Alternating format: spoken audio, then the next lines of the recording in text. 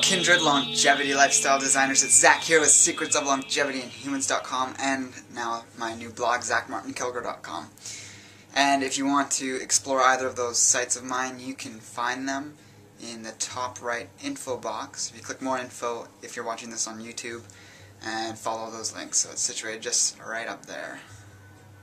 Right now I want to speak to you about the number one most important thing you can do for your health, your longevity, and for any aspect of your life. And it's often overlooked in people that talk about health, talk about anti-aging, talk about even overcoming disease. And it is actually attitude. And beyond going about what we can do for our body in terms of what we eat, what we can do for exercise, what we can do for living in a good environment, etc., etc., the mind and your attitude trumps all of that. Now, I'm not saying disregard the other things, of course, but if you have a negative attitude or a poor view of things, you can sabotage every other aspect that you might be doing to try and bolster your health. Being at the Hippocrates Health Institute, that's probably one of the big things they talk about. Brian Clement talks specifically about seeing people on their deathbeds and dying because they did not have, and they were doing everything that they teach at the Hippocrates Health Institute except for the attitude, the aspect of having a positive attitude and outlook on life. So that one part they weren't creating in themselves, not believing in themselves, actually prevented them from overcoming their disease. Now, disease is a very complicated process, and I'm not going to say that's going to be a miracle cure for anyone by any means. However, when it comes to longevity, it's been shown that the people who have the best view of what it means to gain years, or gain years of life, the longer you live, they actually have an attitude that doesn't really mean anything. They don't have this attitude of when you get old you have to become decrepit. It's not like a law in their mind that they think they're going to fulfill no matter what. And one of the things that is found in these longevity societies around the world is that they kind of follow this in some ways. So in these cultures that have really healthy views of old age, I don't even want to use the word old age because that's in it of itself kind of putting a negative connotation on what it means to gain years. So these cultures, they view their elders in their society as the sort of the epitome of what it is to live. They actually revere them, and they often have high social status. Whereas if you look at our culture in the West here, we think old people do become decrepit and useless, and they end up actually becoming old, decrepit, and useless, because that's our belief. And they end up in nursing homes, they end up dribbling on themselves and drooling and vacancy of mind and all sorts of horrible things that we do not want to have, of course. So it's kind of a self-perpetuating thing. Like, if we see that and we think that's what it means to be aged, then we're going to create that in ourselves. So we need to break this cycle and remove ourselves from that and look at and believe that the older we get, the more vital we can become if we make the choices and we live the lifestyle that we know is the best for us. So I've written an article all about this that goes into much more depth than what I can explain here in a 10-minute video on YouTube.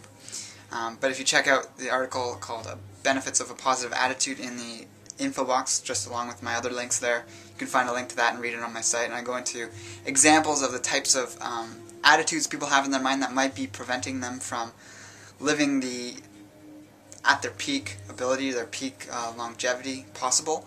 So certain ideas and subconscious beliefs people hold are things like, well, the oldest person in the world only lived to be 122, so at most perhaps I could make it to like 100 or 105 or something if I really try at it or something. But that in itself is limiting. And I go into more of these limiting beliefs, again, in that article. And this isn't so-called woo-woo stuff that I'm talking about, or even like some controversial law of attraction type philosophy that I'm talking about here. This is actually stuff studied in psychology. In a study published by the American Psychological Association, Yale professor Dr.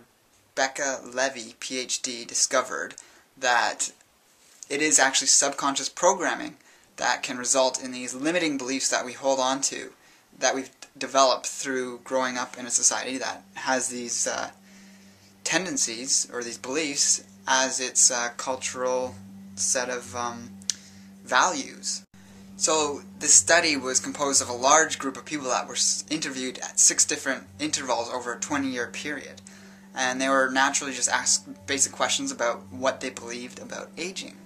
And what they discovered was the ones who had the most negative belief around what it means to age or to gain years actually ended up with the most disease, the most problems, and died sooner.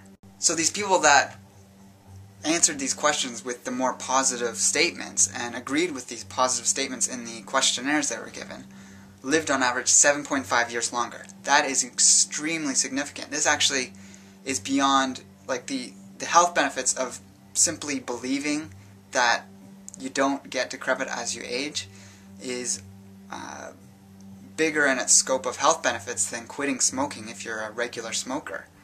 So this just shows that this could be the most important factor in terms of living a long life. What I'm curious about is how far we can take this information and what we can do with it.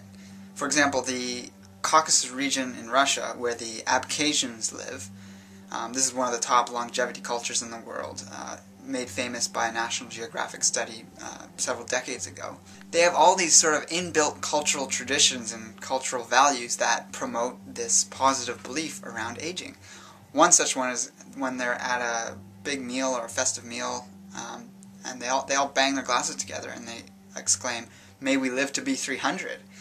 And although there's no documented absolute proof that anyone was living to be 300 in that area, so it's sort of like that old saying, if you shoot for the moon, if you miss, you'll land among the stars. And I don't remember the exact words, but it goes something like that. So this idea that you don't want to limit yourself and actually have expectations for the best might, in and of itself, lead to an experience of unlimited potential. Do you think that very successful people actually have a set amount that they want to attain? They might do it in increments and say, I want to reach this amount of, say, money, for example. They want to reach this amount of money in their lifetime, but they might reach it sooner, for example, and then they just bump it further ahead, and they don't put a limit on it. That's just a goal that they want to get to.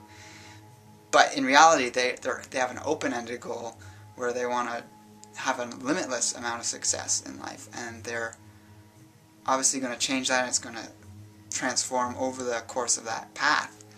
But in the long run, they're going to end up going beyond their original goals.